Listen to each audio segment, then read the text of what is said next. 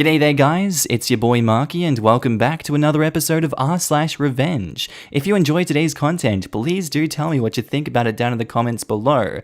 What would you do in these situations? Who knows? Are you going crazy like me? Maybe we are. With that all said and done, I do hope you enjoyed today's episode. Sit back, relax, and enjoy. Thank you. Posted by user Anonymous Annie 5523. Titled, I help someone get revenge on their gold-digging ass of a significant other. This happened some years ago, but I was just reminded of it, so here you go Reddit. I worked as a front desk agent in a large luxury hotel chain for some years. One particular hotel I worked at was located really close to the downtown area, and so we got a large number of young, very wealthy business people who loved to party. I usually worked the second and third shifts, which meant I got to see loads of drunken hookups, breakups, cheating, hookers, and more.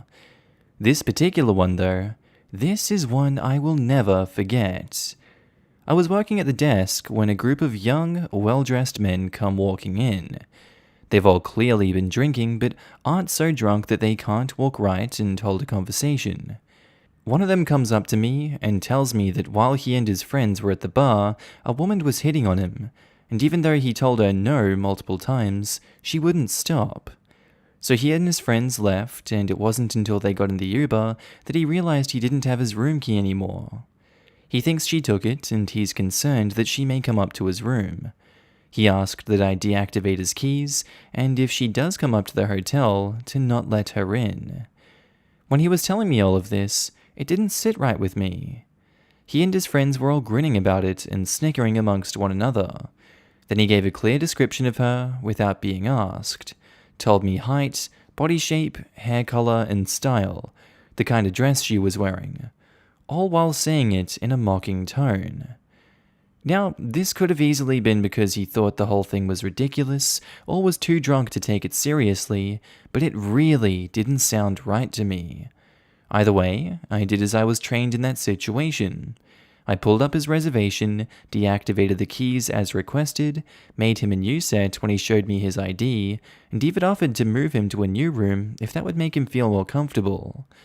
He and his buddies all laughed a little at that, and he declined, took the keys, and they went to their room. About an hour or so later, the woman he described showed up. Now, by this point, my relief for the night had also shown up and was sitting at the front desk while I was in the back office counting down my cash drawer. I hadn't had a chance to tell him about the woman. Just as I'm walking out of the back office with my bag and about to leave, I see my coworker buzz the doors open and the woman comes rushing in, cuts through the lobby and down the hall to the elevators. She was barefoot, holding her heels in her hands, and knew exactly where she was going. I rushed up to him and told him that the man from before had told about her. My coworker looked at me confused. He then pointed to the screen that had the reservation pulled up and told me that when the woman arrived, she went to use the room keys and they didn't work. So he asked for her room number and last name. She gave both and her name is on the reservation. I looked at the reservation and down in the notes, there was a woman's name listed. The man from before was listed as the primary, but her name was listed as a secondary with his consent to be in the room. I was confused. I thought maybe she wasn't the same woman that he was talking about. But to be on the safe side, I called the man in his room and told him the situation and that we allowed a woman, fitting that description he gave, to enter the building because she confirmed her name was on the room. He laughed, said he forgot her name was on the room, and asked that I remove it. I was now super confused. I asked to make sure. I said, "Sir, just to be clear, the woman you met at the bar tonight was with you at check-in hours ago and was allowed keys then, but now she's not?" He laughs to all his friends in the room and says, guys, I confused the poor girl." He gets back on the phone with me and he says, "Yeah, sweetheart, she's banned from the room. Don't worry about the other details, just take her name off." I say, I see. Then, if she isn't going to be on the room anymore, would you like us to call the police and have her removed from the property? He's like, whoa, that is too far there. Don't worry, she'll get the hint soon enough. We ended the call there, and I got really suspicious of this. I told my coworker to not do anything and that I was going to stick around for a bit to see if anything happened. A short time later, the woman came off the elevator, pouring tears, sobbing while on the phone with someone. She sat down in our lobby, and my coworker and I tried to look busy while eavesdropping hard on her phone call. She was sobbing on the phone to her mum and sister. From what she told them, she was invited out to spend the week with her boyfriend, meeting all of his college buddies. This being their first night, they had all met up for dinner and drinks. After a bit, she went to the restroom, and when she came back, she caught her boyfriend hitting on another woman. His friends all bet that he wouldn't do it. When she confronted him, ticked off, he called her a bunch of names and humiliated her in front of his friends and the entire bar. All of his friends joined in on the mocking her, and he threw in her face that she was nothing without him, and dumped her right there. He and his friends then took an Uber back and left her stranded at the bar with no money and no way back. She then had to use her phone's GPS to walk back to the hotel from the bar, barefoot. She had heels, and walking 2 miles in those was not going to cut it. She was asking her mom and sister for help, as he wouldn't let her in the room to get her luggage or her wallet. My heart broke. I felt horrible. I helped this guy treat this poor woman like crap, and now all he and his friends were up there laughing at her while she's sitting in our lobby sobbing, and with nothing. I went over to our snacks area in the lobby. I grabbed her a bottle of water and brought it to her. I told her that I couldn't help but overhear the conversation and was very sorry for her situation, and asked if she would like us to help. I informed her that if he was keeping her from getting her things, we could call the police and have them force him to hand over her things so that she could leave if she would like. Or, if she wanted to let her mum or sister pay for a room, we would be very happy to give her a very low rate in a room far from him. She thanked me, took the water, and tried to calm down and talk to me about what was all happening and what her options were. Eventually, we decided on her staying in the hotel for the night and figuring out the rest in the morning. As we make it to the desk, she asks me to try and run her credit card to see if it has enough on it for another room. I asked her what she means by another room, and she tells me that she's actually paying for the room he's in, that his name is on the room because he booked it, but it's her card paying for everything. This intrigued me. I asked why she was paying for the room if it was in his name. She told me that she's the one with a job, not him, that he hasn't been able to find a job in his field since graduating from college and is essentially living off of his parents' money. But just after they started dating, his parents cut him off, so he's been living off of her money. That's why she was so upset and confused by how he had been acting all night. He was sweet and doing everything for her back home, but since he met up with his friends, he did a 180 and hasn't been the same guy the entire time. I wanted to tell her that it was obvious that he was using her for the money, and that he probably would blame his friends for all of this, and then try to get back with her later on. But I doubted that she would have listened to me or cared for a complete stranger to butt in on her personal life like that. So, instead, I offered up a sweet piece of revenge. I informed her that, considering that she's the one paying for the room, if she can confirm that it's her card on file with some sort of photo ID and verify the last 4 digits of the card number, that's honestly all this hotel company required, then she could, if she wanted to, kick him out of the room and keep it all to herself. But, considering how poorly her night has been, if she were indeed able to prove that she is the one paying for the room, then I'd be more than happy to provide her the biggest luxury upgrade we offered at our property. Largest suite we had, full hotel amenity access. I would even have my coworker fish out a bottle of champagne and some fresh strawberries for her to have her sent to her room. All free of charge. She was taken aback by the offer and was very sincerely tempted. She looked like she was about to say no. Then I told her that since she would be upgrading her room, that would require moving her things from that room into her new one, which meant the room that she's currently listed in would need to be vacated immediately. If anyone were to remain in the room after we had demanded it be vacated, we are required to have them escorted off the property or they pay for the room. Their choice. She then thought about it, pulled up her card's banking app and showed me the screen. It had a photo of her, her full name, the card's full number, and the hold from our hotel for the room. She asked if that worked. It was good enough for me. So I quickly upgraded her, moved everything over in the system, and before I could say a word to my coworker, he was already grabbing a set of master keys, a bell cart, and was asking her what her luggage looked like, since he would be the one retrieving it for her to deliver to her room. He didn't want her to have to deal with her ex again.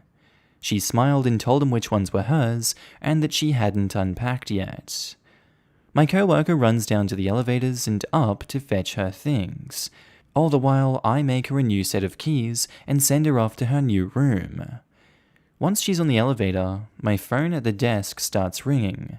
It's the ex-boyfriend, and he is very angry about why my coworker has entered the room and is taking her things. I calmly explain that I cannot give out the private information of any of our guests, and that if he would like to remain in his room, he will need to pay for it, as there is no longer a method of payment on his room. He blew up. He's making a ton of demands, and at the same time yelling at my coworker to stop what he's doing. But it's obvious from the way he's yelling at him that my coworker isn't listening to him. I can even hear the guy's friends telling him to chill out and just pay for the damn room. I then explain that we will give him a courtesy 10 minutes to make a decision, at which point, if he doesn't have payment ready, then he must vacate the building, or we will be forced to call the authorities and have him evicted. He continues to yell at me. He screams, swears, threatens, and yells for a solid minute before taking a breath. I then tell him he has 9 minutes remaining, and asks if he has come to a decision yet. He hangs up on me. 9 minutes later, I call the room and he doesn't answer. I call again. No answer. I call a third time. He picks up, then immediately hangs up. I call the police, and I tell them what's going on, and they said that they're on their way. The officers arrive. I tell them what's going on. We go up to the room together, and the man and his friends are all white as ghosts when they see the cops. The cops explain to the ex-boyfriend and his friends that they are being evicted. The ex-boyfriend starts trying to talk to me, but the cops stop him and tell him to only talk to them. I told them about his attitude on the phone before. The friends are all offering to pay for the room at this point, and the cops look at me and ask if that would be acceptable. I smile very sweetly and say no.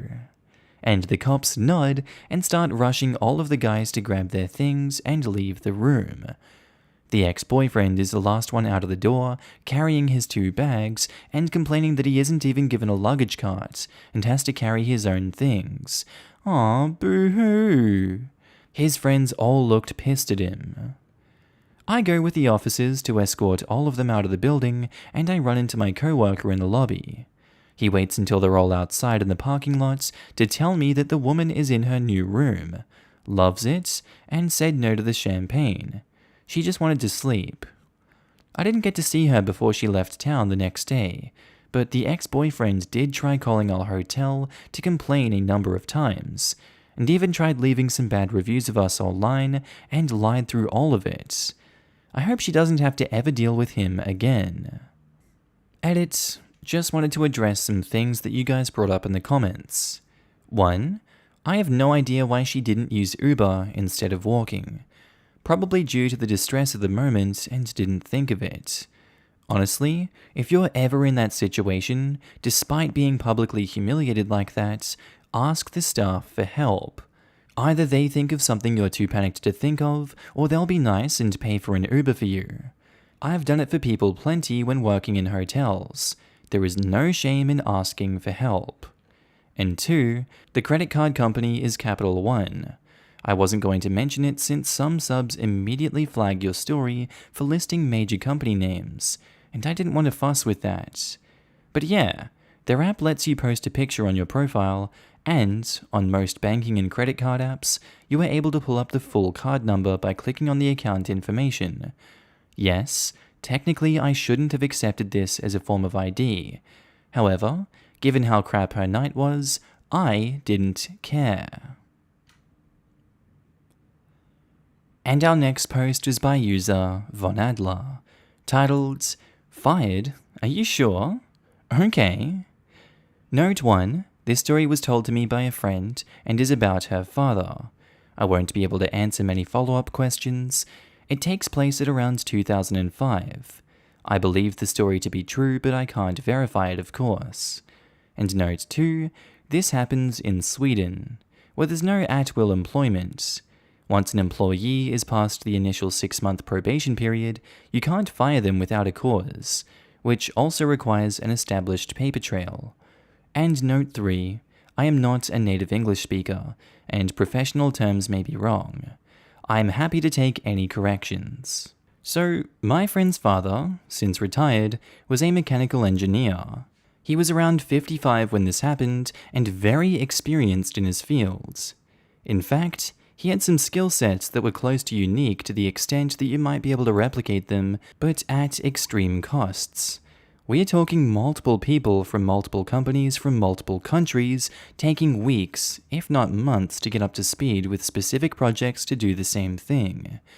He was also a no bullcrap kind of guy who did his job, did it well, but also pointed out problems and expected others to point out problems to him. He was extremely solution-oriented and had no time for office politics or keeping a positive attitude at work. Basically, your everyday grumpy old engineer who really knew his thing and was always ready to help you if asked, but not very forthcoming in team-building exercises and so on. He also ran his own business on the side, doing minor projects and so on. As was required by his employer, he had reported this and was sure to not cause any conflicts and interests, so his employer knew and accepted this. He was considered a valuable employee and got several awards that he cared little for, but anyway, during his many years with this employer. By all accounts, they paid him well, respected his knowledge and accommodated his style, and he returned the favor by working very hard and making sure to mentor younger and newly employed engineers to make them effective co-workers. Then his firm was acquired by a larger firm, and a new management team installed. Initially, everyone was promised that things would remain the same, but with the new management came a new office culture. The new management pressured for unpaid overtime, for a more American corporate culture, with cheering and clapping and so on and so forth. He considered it extremely cringe and refused to participate. His status as a long-standing and knowledgeable employee kept him safe for some time, before the new management realized that resistance to the new culture centered around him, and started pressuring him to play along.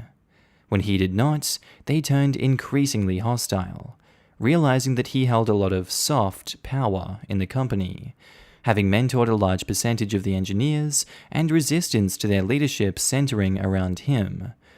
They started ordering him to work overtime. He answered that he was on time with his projects, and that if they had identified an emergency requiring overtime, they would have to bring it up with the union to negotiate the overtime, and make sure that it was an actual emergency. The contract with the union said no overtime unless in an emergency. They tried to force him to participate in the cheering and clapping by making it mandatory for him to attend and yelling at him to participate. And he did, but so unenthusiastically that the event turned even more cringe and people started laughing. The workday turned more and more hostile, and he knew that things would come to a head sooner or later.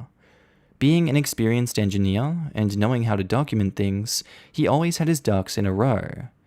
Then it finally happened. They caught him answering an email for his side business on his work laptop, brought him in and fired him on the spot for theft of company resources.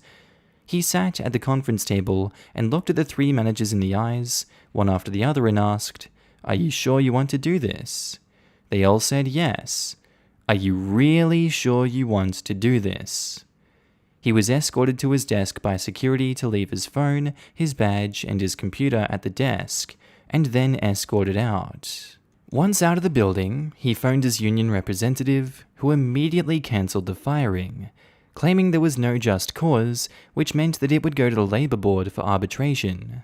You see, the company had an IT policy that it was okay to use the company laptop for personal business, including a side business, as long as you were on a break and compliant with IT security protocols, and the company was aware of and had approved his side business.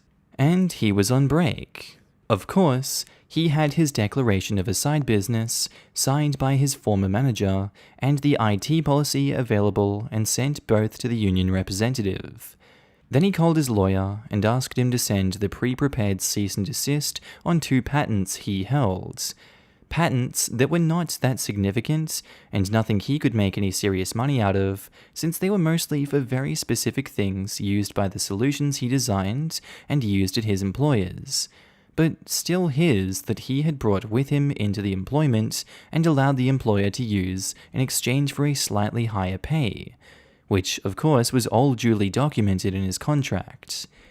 Then he went home for some vacation and tending his side business.